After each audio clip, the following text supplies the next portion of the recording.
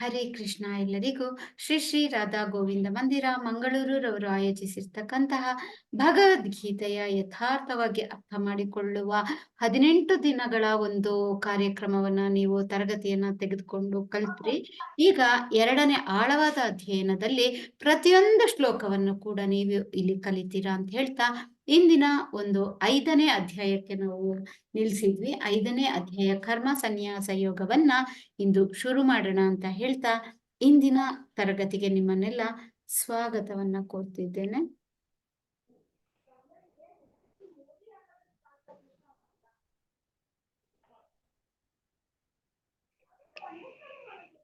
ಹರೇ ಕೃಷ್ಣ ಮಾತಾಜಿ.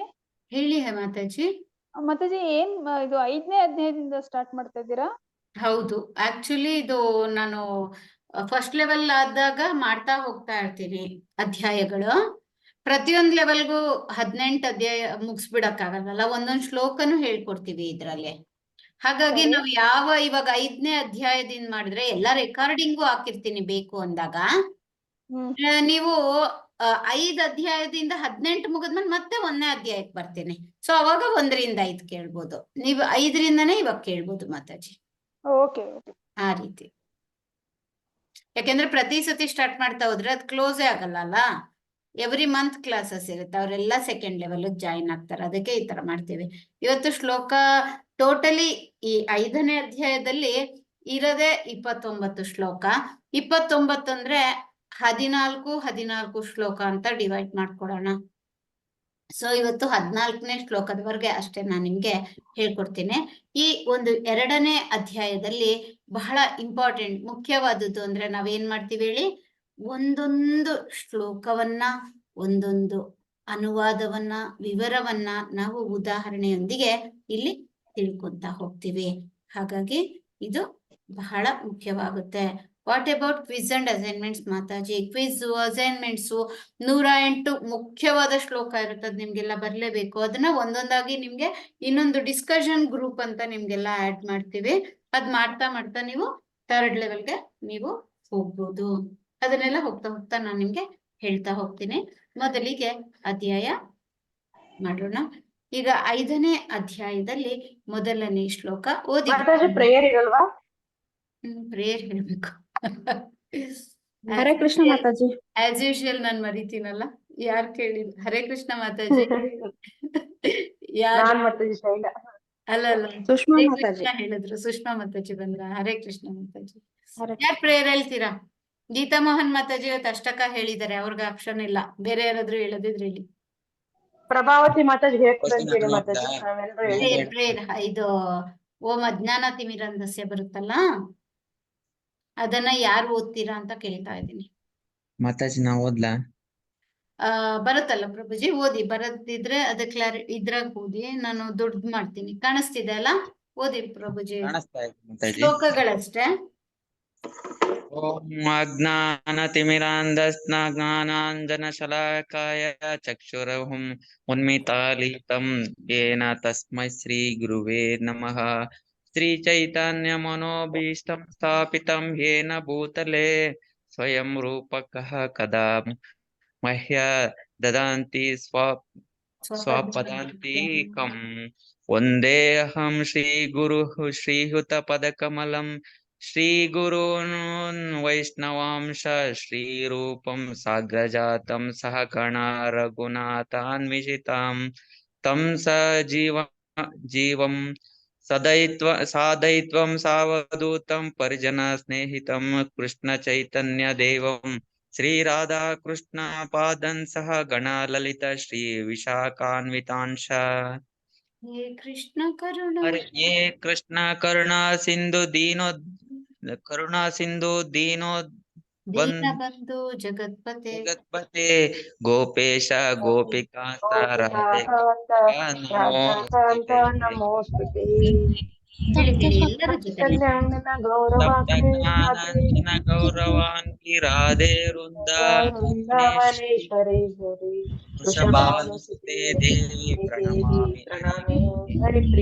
ವಾಂಛಾಕಲ್ಪತರುಭ್ಯಶ್ಚ ಕೃಪಾ ಸಿಂಧುಭ್ಯಃ ಏವ ಚ पतितानां भक्तानां पावनेभ्यः पावनेभ्यो वैष्णवेभ्यो वैष्णवेभ्यो नमः नमो नमः श्रीकृष्ण चैतन्य प्रभु चैतन्य प्रभो नित्यानंद श्री नित्यानंद अद्वैत श्री अद्वैत गदाधर गदाधर श्रीवासादि गौरव श्रीवासादि भक्तवृंद गौरभक्तवृन्द हरे कृष्ण हरे कृष्ण कृष्ण कृष्ण कृष्ण कृष्ण हरे कृष्ण हरे हरे हरे हरे राम हरे हरे राम राम हरे राम राम राम हरे राम हरे हरे हरे हरे कृष्ण कृष्ण कृष्ण हरे हरे हरे राम राम राम हरे हरे ಧನ್ಯವಾದಗಳು ಮಾತಾಜಿ. ಧನ್ಯವಾದಗಳು ಮಾರುತಿ ಪ್ರಭುಜಿ. ಹರೇ ಕೃಷ್ಣ.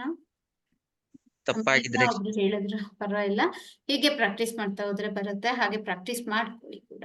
ಬುಕ್ ಅಲ್ಲಿ ಇರುತ್ತೀವಲ್ಲ. ಭಾರತಿ ಮಾತಾಜಿ ಹರೇ ಕೃಷ್ಣ. ಧನ್ಯವಾದ ಚೆನ್ನಾಗಿ ಓದಿದ್ರಿ ಪ್ರಭುಜಿ, ತೊಂದ್ರೆ ಇಲ್ಲ. ಸೊ ಎಲ್ಲಿಟ್ಟಿದ್ದೆ ಅದು? ಮಾತಾಜಿ ಯಾಕ ಕಣ್ಣು ನಿಮಗೆ ಪ್ರಾಬ್ಲಮ್ ಆಗಿದಾವೆ ಅನ್ಸುತ್ತೆ ಇವತ್ತು. ಸ್ಪೆಕ್ಸ್ ಹಾ specs lost my specs. What to do? ಕಳ್ಕೊಂಡ್ಬಿಟ್ಟ. ಸೊ ಈ ಒಂದು ಶ್ಲೋಕವನ್ನ ನೋಡೋಣ. ಗೀತಾ ಮೋಹನ್ ಮಾತಾಜಿ 1ನೇ ಶ್ಲೋಕ ಓದಿ. ಹರೇ ಕೃಷ್ಣ ಮಾತಾಜಿ. ಹರೇ ಅಧ್ಯಾಯ 5 ಕರ್ಮ ಸನ್ಯಾಸ ಯೋಗ. ಶ್ಲೋಕ 1. ಅರ್ಜುನ ಉವಾಚ ಸನ್ಯಾಸಂ ಕರ್ಮಣಾಂ ಕೃಷ್ಣ ಪುನರ್ಯೋಗಾಂ ಚ ಸಂಸಸಿ ಯತ್ರೇಯಾಯೇತಯೋರೇಕಂ ತನ್ಮೇ ಬ್ರೂಹಿ ಸುನಿಶ್ಚಿತಂ. ಅನುವಾದ.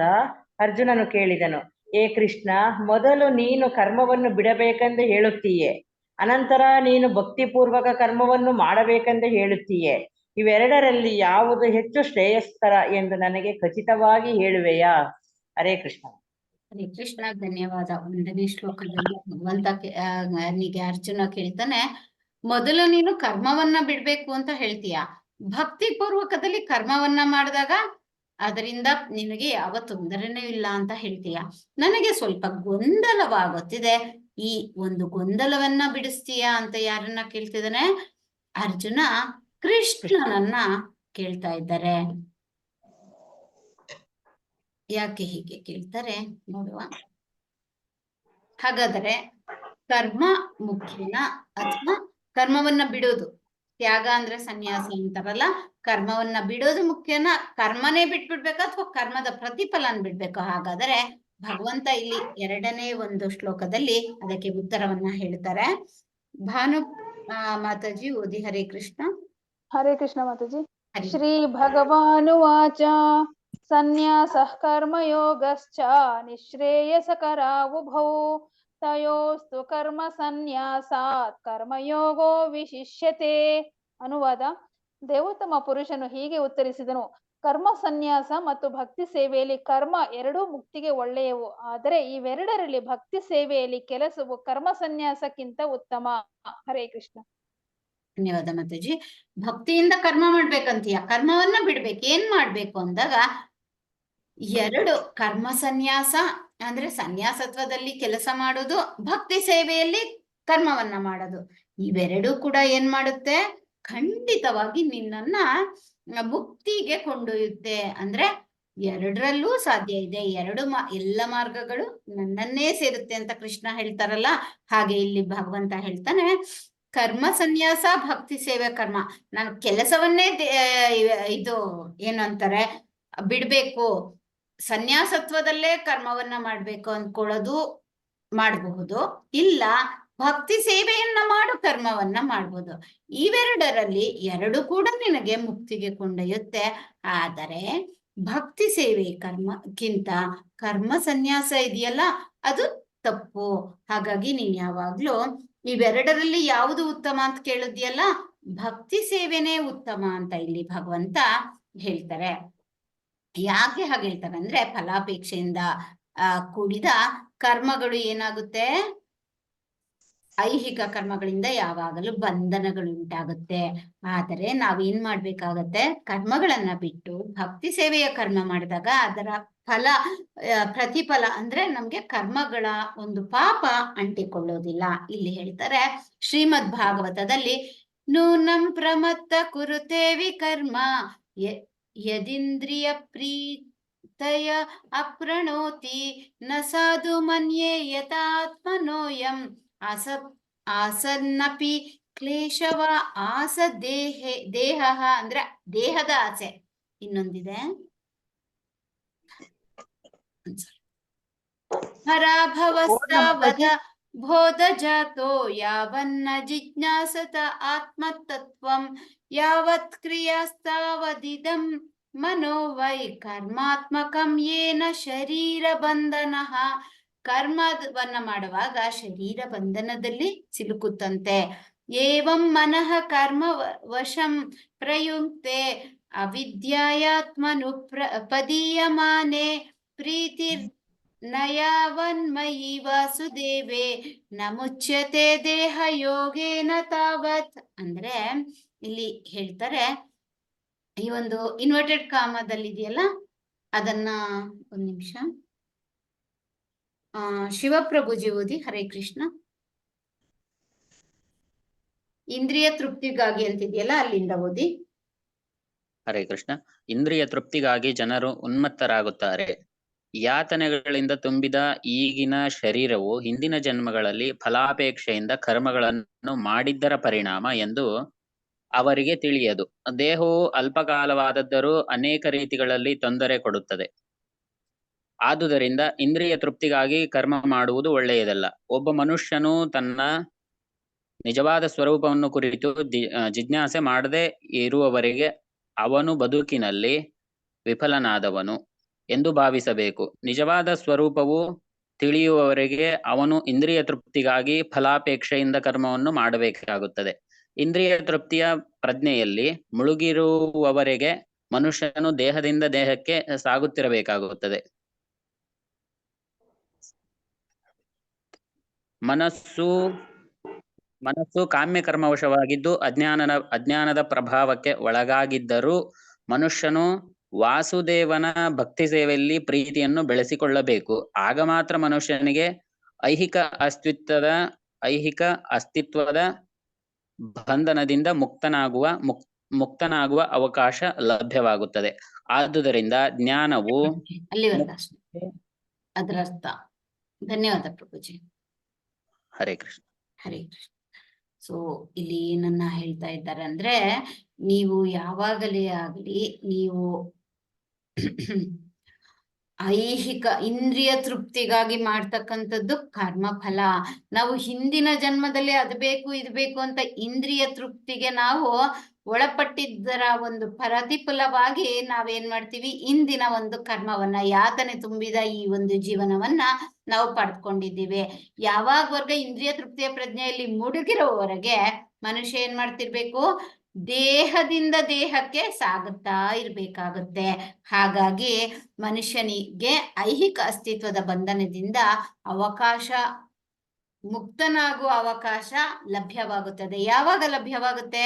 ಮನಸ್ಸು ಕಾಮ್ಯ ಕರ್ಮ ವಶವಾಗಿದ್ದು ಅಜ್ಞಾನದ ಪ್ರಭಾವ, ನಮ್ಗೆ ನಾಲೆಡ್ಜ್ ಜ್ಞಾನ ಅಂತಕ್ಕಂಥ ಬೆಳಗು ಇನ್ನ ಬಂದಿಲ್ದಿದ್ರು ಕೂಡ ಮನುಷ್ಯ ಏನ್ ಮಾಡ್ಬೇಕು, ವಾಸುದೇವನ ಭಕ್ತಿ ಸೇವೆ ಮಾಡ್ಬೇಕು ಅನ್ನೋದ್ರಲ್ಲಿ ಪ್ರೀತಿಯನ್ನ ಬೆಳೆಸ್ಕೊಂಡಾಗ ಖಂಡಿತ ಅವನು ಬಂಧನದಿಂದ ಮುಕ್ತ ಪಡುವ ಒಂದು ಅವಕಾಶ ಸಿಗುತ್ತೆ ಅಂತ ಇಲ್ಲಿ ಭಗವಂತನೇ ಹೇಳ್ತಿದ್ದಾರೆ. ಅಷ್ಟೇ ಅಲ್ಲ, ರೂಪ ಗೋಸ್ವಾಮಿಯವರು ಭಕ್ತಿ ರಸಾಮೃತ ಸಿಂಧು ಅಂತ ಇದೆ, ಅದರ 1ನೇ ಅಧ್ಯಾಯ 1ನೇ ಸ್ಕಂದದ 2ನೇ ಅಧ್ಯಾಯದ 258ನೇ ಶ್ಲೋಕದಲ್ಲಿ ಹೀಗೆ ಹೇಳ್ತಾರೆ, ಪಾಪ ಇಂಚಿಕತೆಯ ಬುದ್ಧಿಯ ಹರಿ ಸಂಬಂಧಿ ವಸ್ತುನಃ ಮುಮುಕ್ಷುಭಿಃ ಪರಿತ್ಯಾಗೋ ವೈರಾಗ್ಯಂ ಫಲ್ಗುಖತ್ಯತೆ. ಎಷ್ಟು ಚೆನ್ನಾಗಿ ಹೇಳ್ತಾರೆ ಅಂದ್ರೆ, ಮುಕ್ತಿಯನ್ನ ಸಾಧಿಸ್ಬೇಕು ಅಂತ ಕಾತುರರಾಗಿರೋ ವ್ಯಕ್ತಿಗಳೇನ್ ಮಾಡ್ತಾರೆ, ದೇವೋತ್ತಮ ಪರಮ ಪುರುಷನಿಗೆ ಸಂಬಂಧಿಸ ವಿಷಯಗಳನ್ನ ಐಹಿಕ ಅದೇ ಮೆಟೀರಿಯಲಿಸ್ಟಿಕ್ ಅಂತ ಏನಾದ್ರು ಬಿಟ್ಬಿಟ್ರು ಅಂದ್ರೆ, ಭಗವಂತನ ಭಕ್ತಿ ಸೇವೆಯನ್ನ ತ್ಯಜಿಸಿದ್ರೆ ಅವರ ತ್ಯಾಗನ ಅಪೂರ್ಣ ಅಂತ ಹೇಳಲಾಗುತ್ತದೆ. ಹಾಗಾಗಿ ನಾವ್ ಯಾವಾಗಲೂ ಭಗವಂತನ ಭಕ್ತಿ ಸೇವೆಯನ್ನ ಬಿಡಬಾರದು ಅಂತ ಇಲ್ಲಿ ನಮ್ಗೆ ಅರ್ಥ ಆಗುತ್ತೆ. ಹಾಗಾದರೆ 3ನೇ ಶ್ಲೋಕವನ್ನ ನೋಡೋಣ. ಶೈಲ ಮಾತಾಜಿ ಓದಿ. ಹರೇ ಕೃಷ್ಣ. ಹರೇ ಕೃಷ್ಣ ಮಾತಾಜಿ. ಹರೇ ಕೃಷ್ಣ. ಜ್ಞೇಯ ಸ ನಿತ್ಯ ಸನ್ಯಾಸಿ ಯೋನೆ ದ್ವೇಷ್ಟಿನ ಏನ್ ಮತ್ತೆ ಜೊತೆ ಕಾಂಕ್ಷತಿ ನಿರ್ದೋನೋ ಹಿ ಮಹಾಭಾವೋ ಸುಖಂ ಬದ್ಧ ಪ್ರಮುಚ್ಯತೆ. ಅನುವಾದ: ಕರ್ಮಫಲದಲ್ಲಿ ತಿರಸ್ಕಾರವಾಗಲಿ ಅಪೇಕ್ಷೆಯಾಗಲಿ ಇಲ್ಲದವನನ್ನು ನಿತ್ಯ ಸನ್ಯಾಸಿ ಎಂದು ತಿಳಿಯಬೇಕು. ಮಹಾಭಾವುವಾದ ಅರ್ಜುನನೇ, ದ್ವಂದ್ವಗಳಿಂದ ಮುಕ್ತನಾದ ಇಂತಹ ಮನುಷ್ಯನು ಸುಲಭವಾಗಿ ಐಹಿಕ ಬಂಧನದಿಂದ ಪಾರಾಗುತ್ತಾನೆ ಮತ್ತು ಸಂಪೂರ್ಣವಾಗಿ ಮುಕ್ತನಾಗುತ್ತಾನೆ. ಧನ್ಯವಾದ ಮಾತಾಜಿ. ಧನ್ಯವಾದ. ಹರೇ ಕೃಷ್ಣ. ಇಲ್ಲಿ ಒಂದು ಮಾತನ್ನ ಹೇಳ್ತಾರೆ. ಎಷ್ಟು ತಪ್ಪ ಇದು, ತುಂಬಾ ಮೇಲೆ ಕೆಳಗಾಗ್ಬಿಡತ್ತೆ.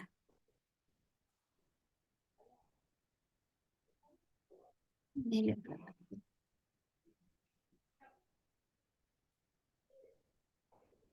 ಸೊ ನಾವ್ ಎರಡನೇದಾಯ್ತಲ್ಲ, ಮೂರನೇದು ಅನ್ಸುತ್ತೆ.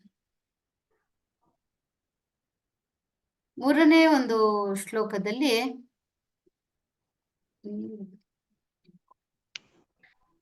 ಇಲ್ಲಿ ಮಾತಾಜಿ ಕೇಳಿದ್ರು ಕಾಂಕ್ಷತಿ ಅಂತ. ಅದು ಜ್ಞೇಯಸ್ಸ ನಿತ್ಯ ಸನ್ಯಾಸಿ ಯೋ ನ ದ್ವೇಷ್ಟಿ ನ ಕಾಂಕ್ಷತಿ ನಿರ್ದ್ವಂದ್ವೋ ಹಿ ಮಹಾಬಾಹೋ ಸುಖಂ ಬಂಧಾತ್ ಪ್ರಮೋಚ್ಯತೆ ಅಂತ ಇಲ್ಲಿ ಹೇಳ್ತಾ ಇದ್ದಾರೆ. ಹಾಗಂದ್ರೆ ಏನು? ಕರ್ಮಫಲದಲ್ಲಿ ಯಾವಾಗಲೂ ನಾವು ತಿರಸ್ಕಾರ ಆಗಲಿ ಅಪೇಕ್ಷೆಯಾಗಲಿ ಇಲ್ಲದವನನ್ನು, that is called neutral level. ಅಂದ್ರೆ ನಾವು ಆಸೆಯನ್ನ ಪಡಲ್ಲ, ಇದ್ರದ್ದನ್ನ ಬೇಡ ಅನ್ನಲ್ಲ, ಇದ್ದದನ್ನ ಬೇಕು ಅಂತ ಕೇಳಲ್ಲ. ಇದನ್ನ ನಿತ್ಯ ಸನ್ಯಾಸಿ ಅಂತ ತಿಳಿಬೇಕು. ಆ ಮಹಾಭಾವದ ಅರ್ಜುನನಿಗೆ ಈ ಮಾತನ್ನ ಹೇಳ್ತಿದ್ದಾರೆ. ದ್ವಂದ್ವಗಳಿಂದ ಅಂದ್ರೆ ನೀನು ನನ್ಗೆ ಶರಣಾಗಿ ನೀನ್ ಹೇಳ್ದಂಗೆ ಅಂತ ಹೇಳಿರೋದ್ರಿಂದ, ಮುಕ್ತನಾಗಿರೋದ್ರಿಂದ ಅಂದ್ರೆ ಅದು ಮುಖ್ಯ. ಭಗವಂತ ಹೇಳ್ತಾನೆ, ನಾವು ಕನ್ಫ್ಯೂಷನ್, ನಾನು ಓದ್ತಿರೋದ್ ಸರಿನಾ, ನಾನು ತಿಳ್ಕೊಂಡಿರೋದ್ ಸರಿನಾ, ಭಗವಂತನೇ ಪುರುಷೋತ್ತಮನ ದೇವೋತ್ತಮ ಪುರುಷ ಅವನೇನಾ, ಅವನೇ ಎಲ್ಲರಿಗೂ ಕೃಷ್ಣ ಮುಂದೆ ಜಗದ್ಗುರು, ಜಗತ್ತಿನ ಗುರುನ, ಈ ರೀತಿ ಡೌಟ್ ಇಟ್ಕೊಳ್ಳೋದಕ್ಕೂ ಅವನೇ ಜಗದ್ಗುರು ಅಂತ ತಿಳ್ಕೊಳ್ಳೋದಕ್ಕೂ ಡಿಫ್ರೆನ್ಸ್ ಇರುತ್ತೆ. ಯಾರು ದ್ವಂದ್ವಗಳಿಂದ ಮುಕ್ತನಾಗಿರ್ತಾರೆ ಅಂತಹ ಮನುಷ್ಯ ಸುಲಭವಾಗಿ ಐಹಿಕ ಬಂಧನ, ಈ ಹುಟ್ಟು ಸಾವಿನ ಒಂದು ಏನು ಚಕ್ರ ಅಂತಾರೆ, ಇದರಿಂದ ಪಾರಾಗ್ತಾರೆ ಮತ್ತು ಸಂಪೂರ್ಣವಾಗಿ ಮುಕ್ತರಾಗ್ತಾರೆ. ಇಲ್ಲಿ ಭಗವಂತ ತಿಳಿಸ್ತಾ ಇದ್ದಾರೆ. ಹಾಗಾದ್ರೆ 4ನೇ ಶ್ಲೋಕವನ್ನ ನೋಡೋಣ. ಭಾನು ಮಾತಾಜಿ ಓದಿ. ಹರೇ ಕೃಷ್ಣ. ಸಾಂಖ್ಯ ಯೋಗೋ ಪೃಥಕ್ ಬಾಲಾಹ ಪ್ರವದಂತಿ ನ ಪಂಡಿತಾಃ ಏಕಮಪ್ಯಾಸ್ಥಿತಾ ಸಮ್ಯಕ್ ಉಭಯೋರ್ವಿಂದತೆ ಫಲಂ. ಅನುವಾದ: ಭಕ್ತಿ ಸೇವೆಯು ಕರ್ಮಯೋಗ ಐಹಿಕ ಜಗತ್ತಿನ ವಿಶ್ಲೇಷಣಾತ್ಮಕ ಅಧ್ಯಯನ ಸಾಂಖ್ಯದಿಂದ ಭಿನ್ನವಾದದ್ದು ಎಂದು ಅಜ್ಞಾನಿಗಳು ಮಾತ್ರ ಹೇಳುತ್ತಾರೆ. ಇವೆರಡರಲ್ಲಿ ಯಾವುದನ್ನಾದರೂ ಮನಃಪೂರ್ವಕವಾಗಿ ಅನುಷ್ಠಾನ ಮಾಡಿದವನು 2 ಮಾರ್ಗಗಳ ಫಲವನ್ನು ಹೊಂದುತ್ತಾನೆ ಎಂದು ನಿಜವಾದ ವಿದ್ವಾಂಸರು ಹೇಳುತ್ತಾರೆ. ಹರೇ ಕೃಷ್ಣ. ಇಲ್ಲಿ ಹೇಳ್ತಾರೆ ಸಾಂಖ್ಯ ಯೋಗ ಅಂದ್ರೆ ಭಕ್ತಿ ಸೇವೆ, ಅಥವಾ ಏನಂತಾರೆ ಕರ್ಮಯೋಗದಲ್ಲಿ ನಾವು ಭಕ್ತಿ ಸೇವೆ, ಇಂತಹ ಐಹಿಕ ಜಗತ್ತಿನ ವಿಶ್ಲೇಷಣಾತ್ಮಕ ಅಧ್ಯಯನ, ಇದನ್ನ ಏನಂತಾರೆ ಸಾಂಖ್ಯ ಯೋಗ ಅಂತ ಅಂತಾರೆ. ಇದು ವಿಭಿನ್ನವಾದದ್ದು ಎಂದು ಅಜ್ಞಾನಿಗಳು ಮಾತ್ರ ಹೇಳ್ತಾರೆ. ಭಕ್ತಿ ಸೇವೆ ಬೇರೆ, ಕರ್ಮ ಸೇವೆ ಬೇರೆ ಅಂತ ಯಾರಿಗೆ ಜ್ಞಾನ ಇಲ್ಲ ಅವರು ತಿಳ್ಕೊಂತಾರೆ. ಆದರೆ ಮಾಡುವ ಕೆಲಸದಲ್ಲಿ ಭಕ್ತಿ ಜ್ಞಾನ ಎಲ್ಲ ಒಂದೇ ಅಂತ ಅರ್ಥ ಮಾಡ್ಕೋಬೇಕು. ಇವೆರಡರಲ್ಲಿ ಯಾವುದನ್ನಾದರೂ ಮನಪೂರ್ವಕವಾಗಿ ಅನುಷ್ಠಾನ ಮಾಡಿದವನು 2 ಮಾರ್ಗಗಳ ಫಲವನ್ನು ಹೊಂದುತ್ತಾನೆ. ಅವನು ಭಕ್ತಿ ಸೇವೆ ಮಾಡ್ಲಿ ಅಥವಾ ಕರ್ಮಯೋಗ ಮಾಡ್ಲಿ, ಯಾವುದನ್ನು ಮಾಡಿದ್ರು ಕೂಡ 2 ಫಲವನ್ನು ಸರಿಯಾಗಿ ಮಾಡಿದ್ರೆ ಭಗವಂತ ಕೊಡ್ತಾನಂತೆ ಅಂತ ನಿಜವಾದ ವಿದ್ವಾಂಸರು ಹೇಳ್ತಾರೆ. ಹಾಗಾದ್ರೆ ನಾವು ಭಕ್ತಿ ಸೇವೆ ಮಾಡುವಾಗ ಕರ್ಮಯೋಗ ಮಾಡುವಾಗ ಭಕ್ತಿ ಸೇವೆ, ಈ ವಿಶ್ಲೇಷಣಾತ್ಮಕ ಅಧ್ಯಯನ ಬಂದು ಜ್ಞಾನ, ಇದು ಭಕ್ತಿ ಸೇವೆಯಿಂದ ನಾವು ಜ್ಞಾನ ಯೋಗವನ್ನ ಪಡ್ಕೋಬಹುದು, ಜ್ಞಾನದಿಂದ ನಾವು ಭಕ್ತಿಯನ್ನ ಹೆಚ್ಚಿಸ್ಕೋಬಹುದು. ಇವೆರಡರಲ್ಲಿ ನಾವು ಯಾವುದೊಂದನ್ನು ಮಾಡಿದ್ರು ಇನ್ನೊಂದರ ಫಲವನ್ನು ಕೂಡ ಪಡ್ಕೊಂತೀವಂತೆ. ಯಾಕೆಂದ್ರೆ ಜ್ಞಾನವನ್ನ ಪಡೆದು ಭಕ್ತಿ ಮಾಡುವಾಗ ಇನ್ನ ಅರ್ಥ ಆಗುತ್ತೆ. ಭಕ್ತಿಯಿಂದ ಜ್ಞಾನ ಅಂದ್ರೆ ಭಕ್ತಿಯಲ್ಲಿ ನಾವು ಓದಿದಾಗ ಕೇಳಿದಾಗ ಅದು ಇನ್ನಷ್ಟು ನಮ್ಮ ಜ್ಞಾನವನ್ನ, ಇದು ಒಂದಕ್ಕೊಂದು ಇಂಟರ್ಲಿಂಕ್ಡ್. ನೀವು ಒಂದನ್ನ ಮಾಡಿದಾಗ ಇನ್ನೊಂದ್ರದ್ದು ಆಟೋಮೆಟಿಕ್, ನೀವು ಭಕ್ತಿಯಲ್ಲಿದ್ದಾಗ ಜ್ಞಾನ ಅರ್ಥ ಆಗ್ತಾ ಹೋಗುತ್ತೆ, ನೀವು ಜ್ಞಾನದಲ್ಲಿದ್ದಾಗ ಭಕ್ತಿ ಬರ್ತಾ ಹೋಗುತ್ತೆ. ಅದನ್ನ ಇಲ್ಲಿ ಭಗವಂತ ತಿಳಿಸ್ತಾ ಇದ್ದಾರೆ. ಹಾಗಾದರೆ 5ನೇ ಶ್ಲೋಕದಲ್ಲಿ ಏನ್ ಹೇಳ್ತಾರೆ ನೋಡೋಣ. ಓದಿ ಶಿವಪ್ರಭುಜಿ. ಹರೇ ಕೃಷ್ಣ. ಯತ್ ಸಾಂಖ್ಯೇ ಪ್ರಾಪ್ಯತೆ ಸ್ಥಾನಂ ತದ್ಯೋಗೈರಪಿ ಗಮ್ಯತೆ ಏಕಂ ಸಾಂಖ್ಯೇ ಚ ಯೋಗಂ ಚ ಯಃ ಪಶ್ಯತಿ ಸ ಪಶ್ಯತಿ. ಸಾಂಖ್ಯದಿಂದ ಯಾವ ಸ್ಥಾನವನ್ನು ಪಡೆಯಬಹುದೋ ಅದೇ ಸ್ಥಾನವನ್ನು ಭಕ್ತಿ ಸೇವೆಯಿಂದ ಪಡೆಯಬಹುದು ಎಂದು ತಿಳಿದುಕೊಂಡು ಸಾಂಖ್ಯವೂ ಭಕ್ತಿ ಸೇವೆಯೂ ಒಂದೇ ಮಟ್ಟದಲ್ಲಿವೆ ಎನ್ನುವುದನ್ನು ಕಂಡುಕೊಳ್ಳುವವನು ವಿಷಯಗಳನ್ನು ಯಥಾವತ್ತಾಗಿ ಕಾಣುತ್ತಾನೆ. ಧನ್ಯವಾದ ಪ್ರಭು. ಹರೇ ಕೃಷ್ಣ. ಹರೇ ಕೃಷ್ಣ. ಯಥಾವತ್ತಾಗಿ ಅಂದ್ರೆ ಯಥಾರ್ಥವಾಗಿ ತಿಳ್ಕೊಬೇಕಂದ್ರೆ ನಾವೇನ್ ಮಾಡ್ಬೇಕು, ಸಾಂಖ್ಯದಿಂದ ಅಂದ್ರೆ ನಾವು ಕರ್ಮ ಫಲದಿಂದ ಕರ್ಮವನ್ನ ಮಾಡಿ ಇದೇ ರೀತಿ ಮಾಡ್ಬೇಕು ಅಂತ ಧರ್ಮಶಾಸ್ತ್ರದಲ್ಲಿರ್ತಕ್ಕಂತಹ ಕೆಲಸವನ್ನ ಮಾಡುವಾಗ ಯಾವ ಸ್ಥಾನವನ್ನ ಯಾವ ಫಲವನ್ನ ನಾವು ಪಡ್ಕೊಂತೀವೋ ಅದೇ ಸ್ಥಾನವನ್ನ ನಾವು ಭಕ್ತಿ ಸೇವೆಯಿಂದ ಕೂಡ ಪಡ್ಕೊಂತೀವಿ. ಹಾಗಾಗಿ ಸಾಂಖ್ಯ ಭಕ್ತಿ ಎರಡು ಕೂಡ ಒಂದೇ ಮಟ್ಟ ಎನ್ನುವುದನ್ನು ಕಂಡುಕೊಳ್ಳುವವನು. ಕೆಲವ್ರು ಹೇಳ್ತಾರೆ, ಅಯ್ಯೋ ನೀನು ಓದಲ್ಲ ಮಾಡಲ್ಲ, ಪಾಪ ಅವ್ರಿಗೆ ಓದ್ಲಿಕ್ಕೆ ಕೆಲವ್ರಿಗೆ ಗೊತ್ತಾಗಲ್ಲ, ಬರೋದಿಲ್ಲ, ಈ ರೀತಿ ಎಷ್ಟು ತೊಂದರೆ ಇರುತ್ತೆ. ಕ್ಲಾಸಸ್ ಕೇಳಲ್ಲ, ಅವ್ರಿಗೆ ಇನ್ನೇನೋ ತೊಂದರೆ ಇರುತ್ತೆ. ಕೆಲವರು ಇವೆಲ್ಲ ಮಾಡ್ತಾನೆ, ಅವ್ರಿಗೇನು ಭಕ್ತಿ ಇಲ್ಲ ಆ ತರ ಅನ್ಕೊಂತಾರೆ. ಆದ್ರೆ ಅದೆಲ್ಲ ಭಗವಂತನ ಒಂದು ಭಗವಂತ ಏನ್ ನೋಡ್ತಾನೆ, ಅವ್ರ ಲೆಕ್ಕಾಚಾರನೇ ಬೇರೆ ಇರುತ್ತೆ.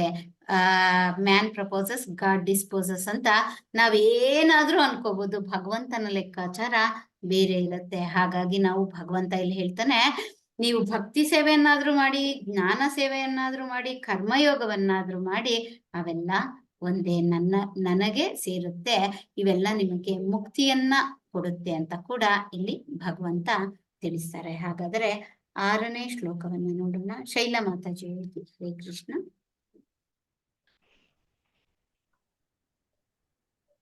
ಹರೇ ಕೃಷ್ಣ ಮಾತಾಜಿ. ಹರೇ ಕೃಷ್ಣ. ಸಾಂಖ್ಯ ಯೋಗ ಅಂದ್ರೆ ಏನು ಮಾತಾಜಿ? ಅದೇ ಇಲ್ಲಿ ಫಸ್ಟ್ ಅದ್ರ ಹಿಂದಿನ ಶ್ಲೋಕದಲ್ಲಿ ಬಂತಲ್ಲ ಮಾತಾಜಿ, ಕರ್ಮಯೋಗವನ್ನ ನಾವು ಮಾಡ್ತೀವಲ್ಲ, ಒಂದ್ ಸೆಕೆಂಡ್ ಅದು ತೋರಿಸ್ಬಿಟ್ಟು ಹೇಳ್ತೀನಿ. ಇಲ್ಲಿ ಬರುತ್ತೆ ನೋಡಿ. ಭಕ್ತಿ ಸೇವೆ ಅನ್ನೋದು ಕರ್ಮಯೋಗ, ಅಂದ್ರೆ ಭಕ್ತಿಯಿಂದ ನಾವು ಕೆಲಸವನ್ನ ಮಾಡ್ತಕ್ಕಂಥದ್ದು.